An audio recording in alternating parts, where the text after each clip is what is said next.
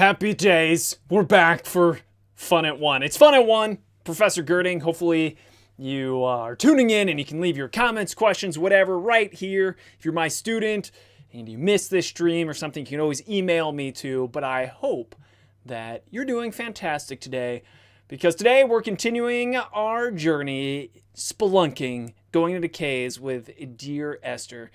It's a game that is more on visuals and poetry than it is on gameplay.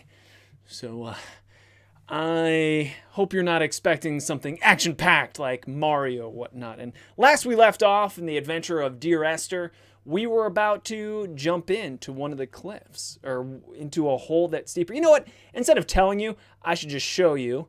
Let's go back right now and hopefully this works. Woo!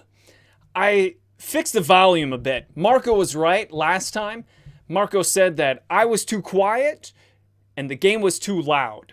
If that's still the case, let me know. For instance, is the volume of that waterfall so loud I should be yelling? Or is it relatively reasonable? The reason I ask is when I go back to OBS to mess with the volumes, if you look here, it pauses it and I don't get to see the volume. So I can pause the game whenever I want, etc. But anyway, let's go back and jump into this. Well, what's at the bottom of it? We don't know. Gorgeous. If you look up there, it looks like we're quite a ways into this cliffside now. Acts 22.D. Not sure if that's a number. I'm not as good at deciphering these as some of the audience members are. Dee Dee's with us. Hey, Dee Dee. Glad you could join us. You ready to take the plunge? Jump on down in here? I love the water effects. The ripples that reflect upon the wall. Gorgeous. It's pretty immersive. This would be a very good VR game indeed. The other thing that looks interesting is if we look closely at the flooring here, it does look like there's some human interaction here, because that looks like it was etched out, not naturally made. But anyway, here we go. Yeah, the game was louder than me yesterday, says Casey, but hopefully that's not the case today. Let me know if I'm too loud, if the game's too quiet, etc., because I don't find out until after the fact. Oh, you don't hear the game now? Aha! Now you should be able to hear the game. There you go. My mistake.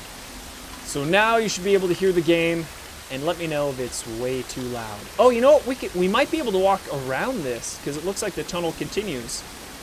Let's see if we can edge against the wall here across this pit. No, I didn't mean to!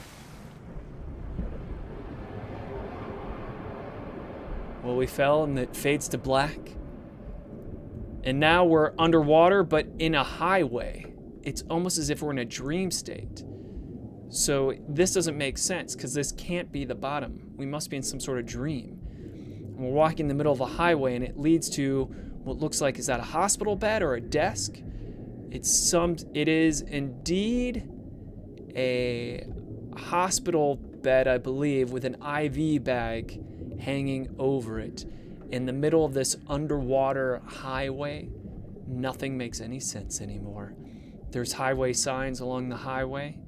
There are coins on the hospital bed as well. If we continue along the highway, it starts to get darker, it seems.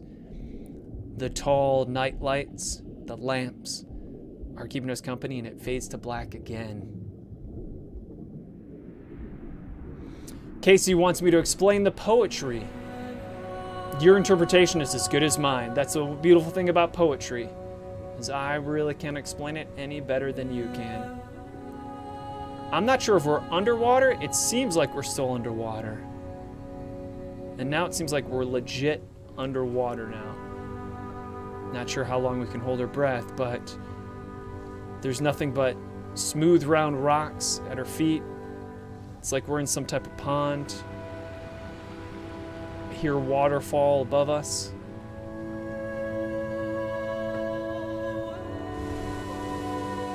And now we're out, and if we look up, we are indeed where that well took us. We have a couple of options here. Nope, never mind, we only have one. We can leave this pond, this little pool. We can start heading upwards towards a blue glow at the end of the tunnel. There is a worn path here, but the path is probably from water. Yes, indeed. The path meanders back and forth, left to right, as it ascends, and we are walking particularly slow for some reason. Let's take a look back at where we're leaving. See the water falling down that pit into that beautiful freshwater pond. You know what? I don't know if it's freshwater or not, actually. It probably isn't that fresh anymore. It's probably more salty. I don't know. Wow, this is a very purposeful, narrow tunnel. We're going to step down and continue. And now it fades to black and it's loading. We've made it to the next area. Comes back and we see the glow of a pair of candles. It's our only light source right now. If we turn around, we see nothing but darkness and some reflective aqua stone. So now we're headed downhill, and there's the double pair of candles. And somehow we're back at the surface now, magically teleported in a very nonsensical way. The full moon is outside the cavern. We're walking towards the full moon. It's as bright as ever. It seems larger than life. I sat here and watched two jets carve parallel white lines into the sky. They charted their course, and I followed them for 21 minutes until they turned off near Sanford and were lost. If I were a gull, I would abandon my nest and join them. I would starve my brain of oxygen and suffer delusions of transcendence. I would tear the bottom from my boat and sail across the motorways until I reached this island once again.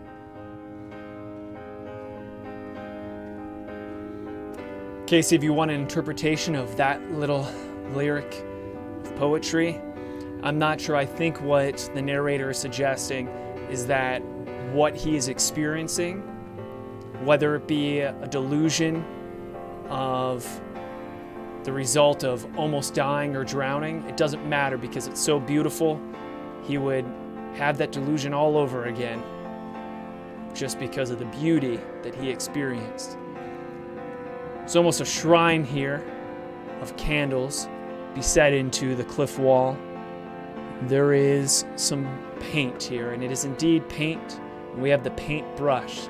So what we've been seeing in the cave may have been this paint indeed. We continue along the cliffside. We have options here of where to go. The land opens up, and we see a trail of candles that lead to seemingly nowhere. But there's the remnants of docks. It looks like these are docks anyway. Maybe not. No, these look like they're walls, perhaps. Walls that retain water. And now with these candles, there's some Polaroid pictures here. And they look of pictures of a car wreck. An old car that's being overgrown. So perhaps whoever took these pictures... I returned home with a pocket full of stolen ash. Half of it fell out of my coat and vanished into the car's upholstery. But the rest I carefully stowed away in a box I kept in a drawer by the side of my bed. It was never intended as a meaningful act, but over the years it became a kind of talisman.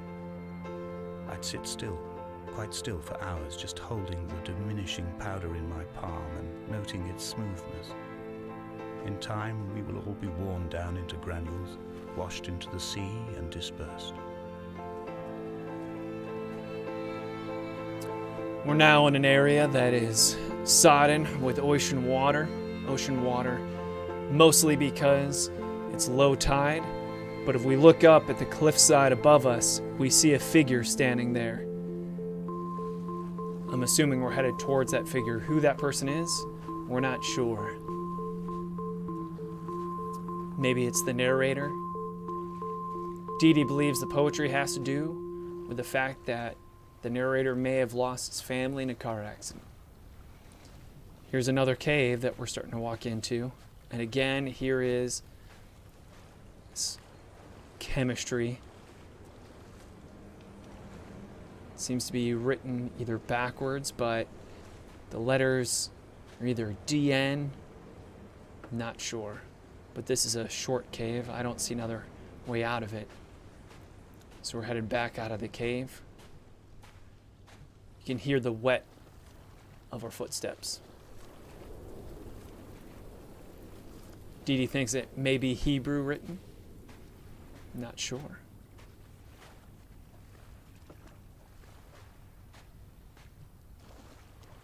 Someone really spent a lot of time lighting a whole bunch of candles, because here is another set of candles. High tide, those candles are going to be underwater. But these candles are surrounding what looks like old car parts. We see an axle, remnants of a car door, the remnants of the wheels, not the tires, but the wheels themselves. It's almost as if Dee Dee's, what you're saying is, it's an homage to maybe a car accident, someone who died in a car accident, not sure. But that's what it seems to be leaning towards.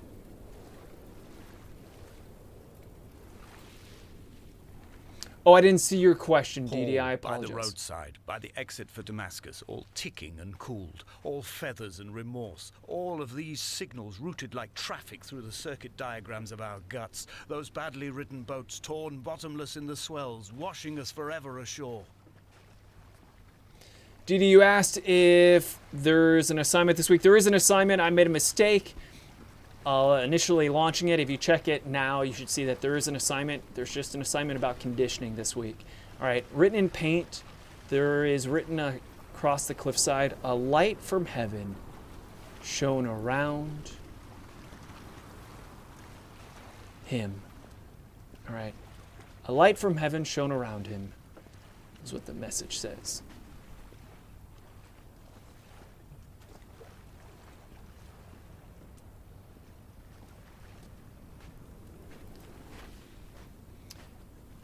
There's definitely a path that we are on at this point, because there is a wooden fence to our left, indicating that we are indeed on well-tread ground.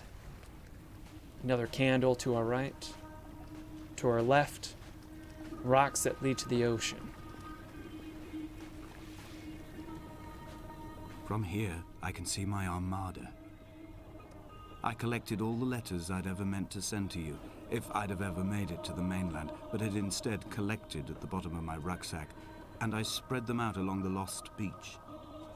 Then I took each and every one, and I folded them into boats. I folded you into the creases, and then, as the sun was setting, I set the fleet to sail. Shattered into 21 pieces, I consigned you to the Atlantic, and I sat here until I'd watched all of you sink.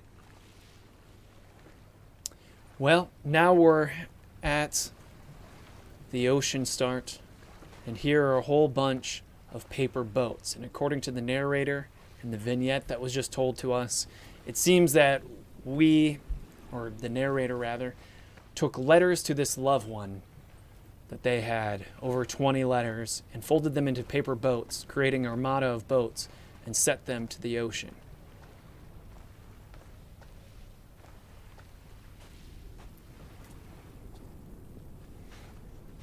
The path leads to stone steps and an iron railing.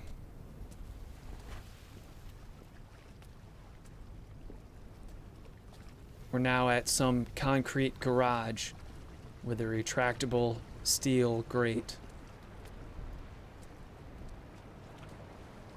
Or gate, rather. And then here is another shrine in one of these storage sheds. Written on the wall is, "On a sudden, a light from heaven shone around him, and he fell to the ground." The candles are surrounding what looks like a simple bird's nest. I'm not sure why. The meaning's perhaps losing me. Dee Dee thinks it's his wife, or he got a car crash while on a different island. Maybe he's stranded away from his dear Esther. Okay. It is his cremated wife that he put into the paper boats? Not sure. Not sure. And I'm not sure where I'm supposed to go from right here. Because it's not showing me much of a way to go except if I start walking into the water. And I don't think that's where I'm supposed to go. We're going to hear him say, come back. It means I went out of bounds when he says, come back. Because I'm trying to come back and it's not letting me. Come back. See where it teleports us to. Teleports us to back outside of the storage containers. Yeah, I don't know where we're supposed to go from here. Because we've reached seemingly a dead end. I believe we can go higher up on the ledge yet. Yes, indeed. There are stairs that lead up the cliffside. We see your radio tower in the distance, the same radio tower we saw from our first episode of Dear Esther. It blinks with a red light against the dark sky, because it is definitely dark out now.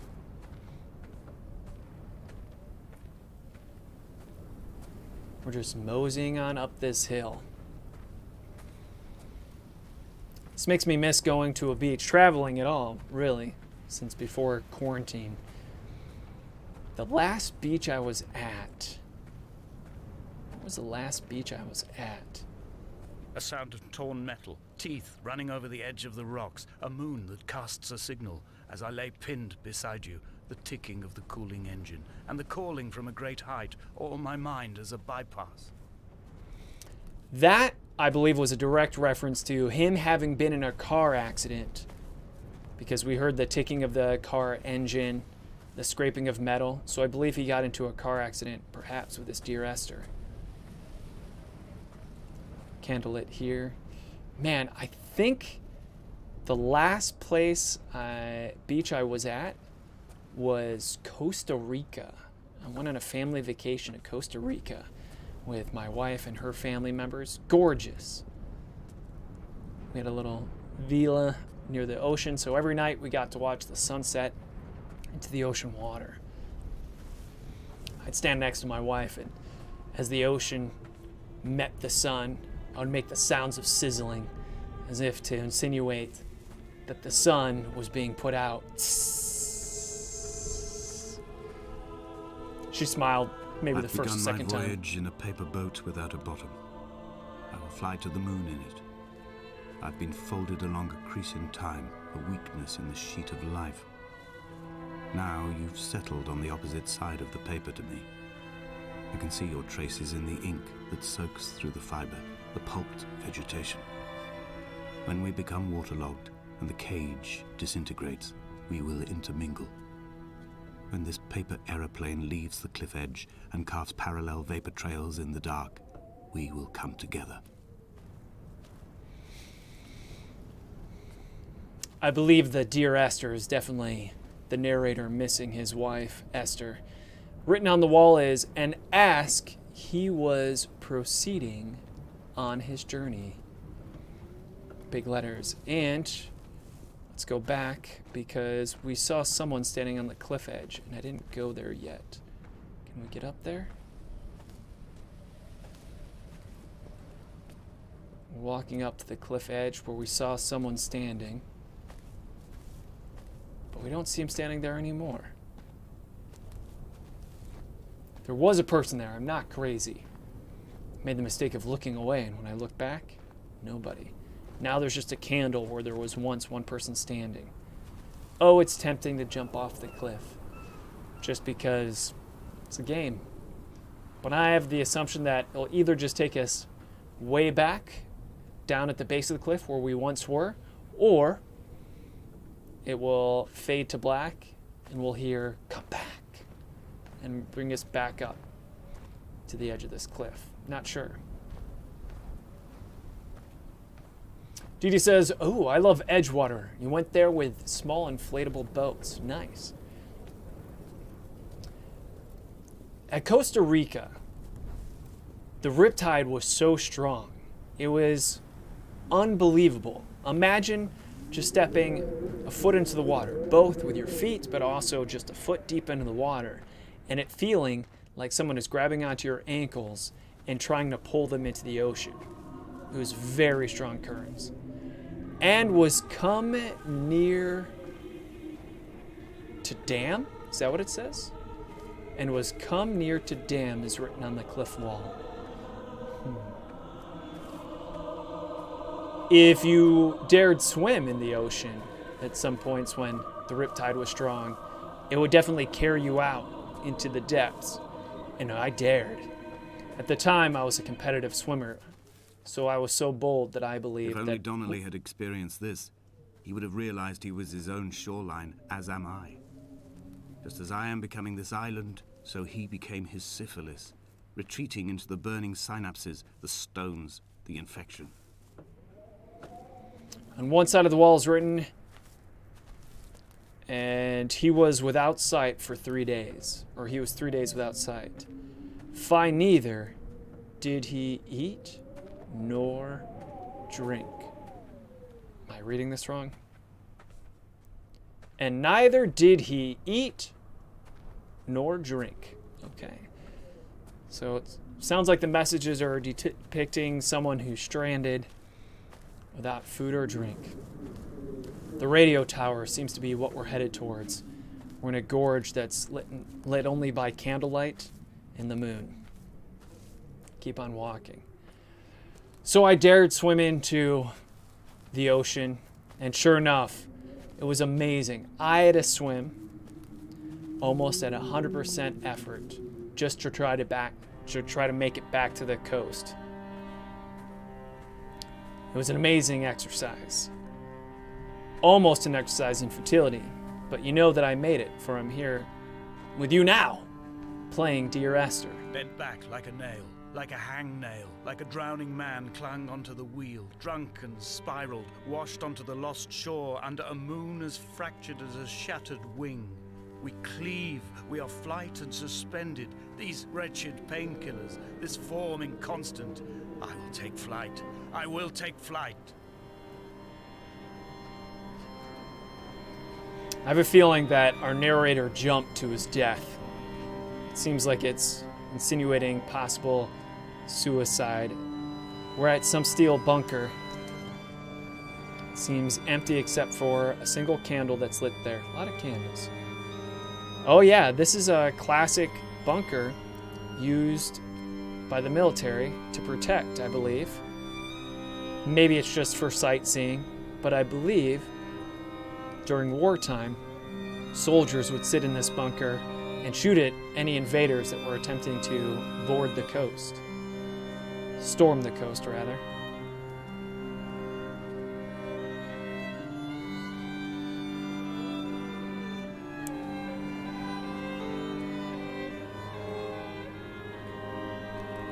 Wow.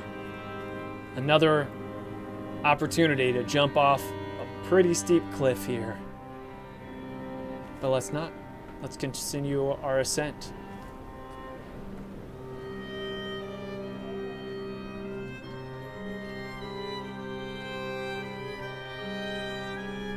Now there's a fence-off area that the stairs lead to. You can hear the clang of the fence. It says danger, authorized personnel only, but the entrance to the gate is open. It's a narrow passage encircled by fence. Written on the wall is a message, and it came to pass that as I made my journey, and it came to pass as I made my journey and was, I can't read that, I can't read that. Whoops! I just fell off the cliff. I was trying to back up so I could read that message better. Put us back on that same cliffside.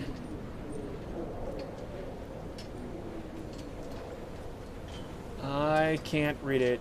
And was some with blah blah blah blah blah blah blah. I can't read it from here. So we're just going to continue walking up these steps, the precarious railing to our right that leads off a cliff which we just fell off of. Something from heaven, a great light round about. A great light round about me. And could not see from the glory. He was not drunk, Esther. He was not drunk at all. He had not drunk with Donnelly or spat Jakobsen back at the sea. He had not careered across the lost shores and terminal beaches of this nascent archipelago. He did not intend his bonnet to be crumpled like a spent tissue by the impact.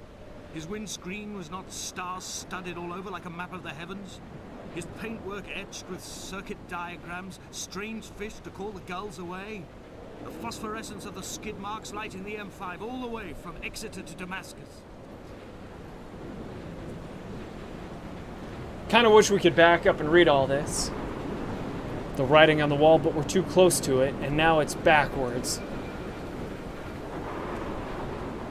So we can try to go ahead and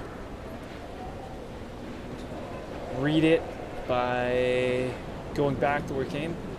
Came into what? Came into that were with me. So the messages are talking about a light that's surrounding and bringing glory. It seems all very ethereal, maybe afterlife-esque. Not sure, maybe it's a reference to the light we're headed towards ourselves as we're headed towards a radio tower light. Damascus! So David thinks he has it. Looks like it's Normandy Beach from D-Day, but Damascus is nowhere near there. I think that the dialogue is what it says on the wall. Ah, okay. That would be very helpful. The wind is definitely picking up. Things are being blown around, and we can see debris in the air being blown around. We're approaching a storm. The weather's turning against us. Darnell's here. Hey, Darnell. We will leave twin vapor trails in the air, white lines etched into these rocks. I'm trying to remember times that I've gone to illegal places. And I don't mean that metaphorically. I mean places that said authorized personnel only. The one that stands out the most is my high school was being remade. Dear Esther, I have burnt my belongings, my books, this death certificate. Mine will be written all across this island. Who was Jakobsen? Who remembers him? Donnelly has written of him, but who was Donnelly? Who remembers him? I have painted, carved, hewn, scored into this space all that I could draw from him. We're at the base of the radio tower. There will be another to these shores to remember me. We're climbing the ladder up to the top of it. An island without bottom, come together like a stone. Fade to become black. An aerial, a beacon that they will not forget you. We've always been drawn here. One day the gulls will return and nest in our bones and our history. I will look to my left and see Esther Donnelly flying beside me. I will look to my right and see Paul Jakobsen flying beside me. They will leave white lines carved into the air to reach the mainland. We're at the peak. Where help will be sent. Looking over the cliffside, seeing the beautiful island and the rocks beneath us. And we throw ourselves off. It's auto, I'm not controlling this. And in slow motion, we fall, missing the first cliffside, heading towards the ocean below.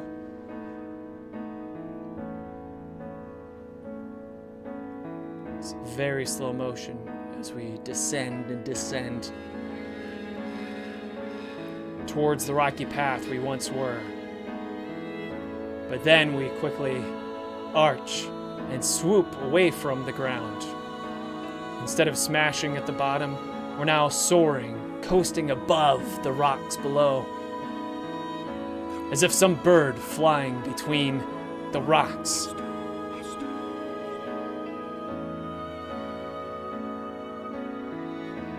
We're now flying over the worn down walls we previously mentioned just 10 minutes ago.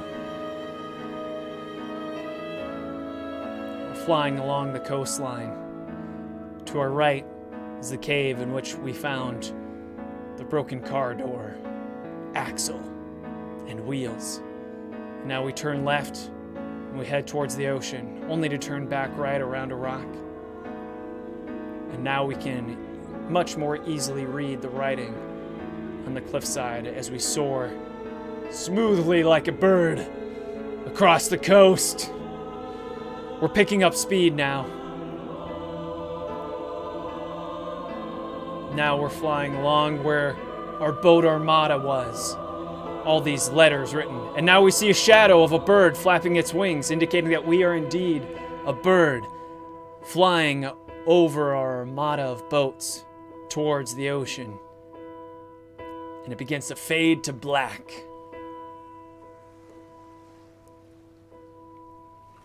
Nothing but blackness around us. Come back. Come back is whispered again. And is that it? Is that dear Esther? Should we talk about this? What's going to happen next? Because it seems to me that in this poetry and story, yep, credits are now rolling for the Chinese room. Design and writing, Dan Pinchbeck. So before we talk about this, we should mention that this game originally, and I just learned this last night, was a mod from, I believe, Half-Life. It was a Half-Life mod. I almost wanted to say Unreal. I think it uses the Unreal Engine, but it was a Half-Life mod where someone just transformed Half-Life levels into everything we just saw. And then later on it went back and was revised and brushed up a bit. And that's what we saw. So this was just relatively independent project that turned a little bit bigger. And it's just a narrative poem, if you will. My favorite part was definitely spelunking into the caves beneath. Gorgeous. But what did the poetry mean? What was the message? I'm not sure, to be honest. But it definitely seems to have something to do with a loss because of a car accident. If I were to ask, or guess rather, I would guess that the narrator or us, I'm not sure if the narrator, I think the narrator and Jacob are two different people, but somebody had some horrific car accident where perhaps they lost a loved one, and maybe in remorse they turned to a job at the sea. And because of this, they became stranded on an island. And eventually, they were running out of food and water, which led to them plummeting off the cliffside. Not sure if that's it. But is this really depressing? Is this uplifting? I'll let you, the viewer, decide what it means and what it's indicating. I don't think this is, if I were to rate this game, let me know what you think. If you were to rate this on a scale of 1 to 10, what would you rate this? I think it's okay. The best part about it was definitely the visuals and the music. The music was the best part, in my opinion. I loved it. It was very immersive. I think Marco said it yesterday that it was definitely the ideal game for virtual reality, and I agree. But hey, we should talk about suicide a little bit. Don't do it. If you're feeling suicidal, know that help is out there and it does get better. And they should maybe have that warning in this game. My recommendation. Because there's times where we feel stranded alone and it gets dark sometimes. But hey, there's always help. And it can get better. So make sure you reach out, whether it be to me or Help Is Here. And if you're a student, and even if you're not, you can just Google Help Is Here, and it will give you a whole bunch of free resources available to you or your loved one you may be concerned about. So Help Is Here. Check it out. David has some ideas. Dee says the game was very interesting. Jacobson was the son, perhaps? Maybe Jacobson was the son. The visuals and the music were amazing, says DD. The gameplay so-so. I mean, there wasn't really too much of gameplay at all. It was just wandering around. And there was the mild hint of where you're supposed to go. It made us feel that it wasn't on rails so much, but it was. It was the vague appearance of a sandbox game where you could go and do anything, but literally the only thing you could do was walk. And it gave you slight indications as opposed to like a trail or the candles leading us along the way. So I think to consider this a game, we'd have to put it in question marks. Because the only choice you really have in a game, in this game, would be where do you walk to next. But only specific locations further the story. So I'm not sure how many choices there actually are in this game. And that, traditionally, talking about game design, that is the theory of game design. It all boils down to your choices. How much fun a game is all about the decisions. And when someone says a game is elegant, what they mean is they have relatively simple choices, but those choices are meaningful and deep. If you have too many choices, that can be stressful and a lack of fun. If you have 12 different paths from which you can choose, that can be a little bit difficult. And also, decisions sometimes can be shallow. Let's suppose you have 12 different ways you can go. You go to the first door, and then the sixth door, and the seventh door, and they're just dead ends. It's like, well, that's not really a choice. It's very shallow, not very meaningful decisions. So I'm going on and on about game design here, but if you fancy yourself a game designer, the epitome of elegance is you have very simple choices, relatively few, non-complicated. To make the choice doesn't mean that you have to do some complicated math algorithm. It's as simple as maybe choosing a door, choosing which card to play, choosing a direction to go, where do you invest your coin, etc. Simple decisions that have deep meaning. And that's elegance. So, anyway, what are we going to play next time? Because we still have about 20 more minutes before 2 o'clock. We probably won't use the full 20 minutes. But the suggestions yesterday were Hellblade. There was also the Dark Side Detective, which is a point-and-click adventure game.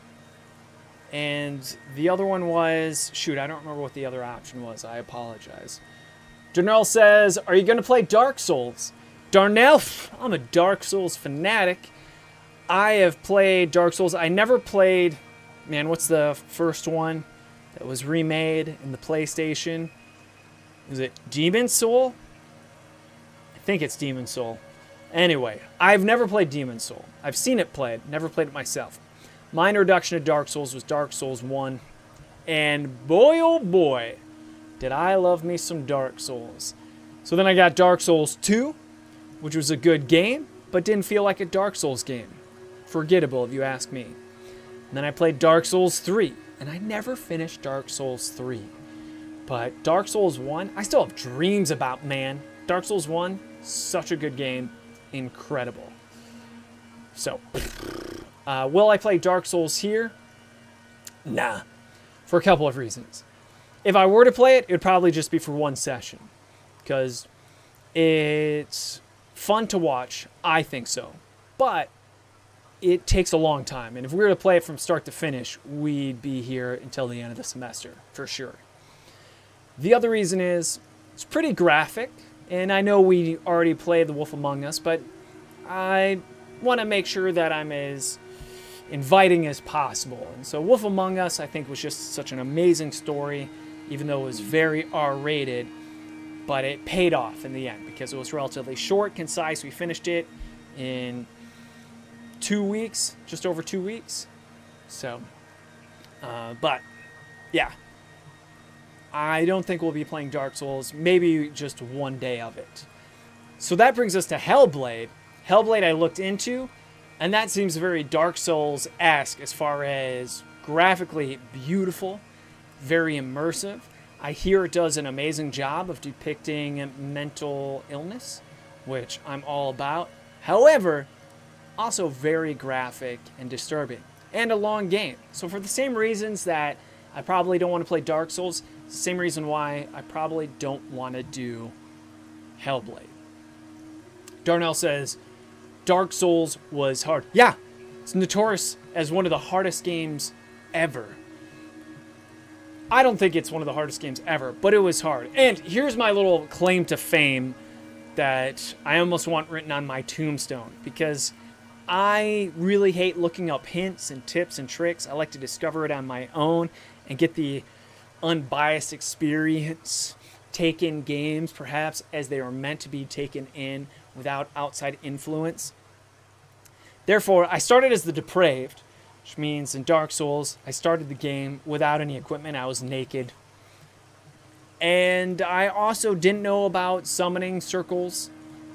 And I played undead the entire time and didn't cast a single spell. Because even though I found magic, I wasn't sure how it worked, and I was just too into progressing. So when I finished the game, some people told me, dude, not only did you play Dark Souls, but you played it on hard mode. You played it without any outside help where you can summon people to help you, and you didn't use a single spell. And the magic is what makes the game easier. So,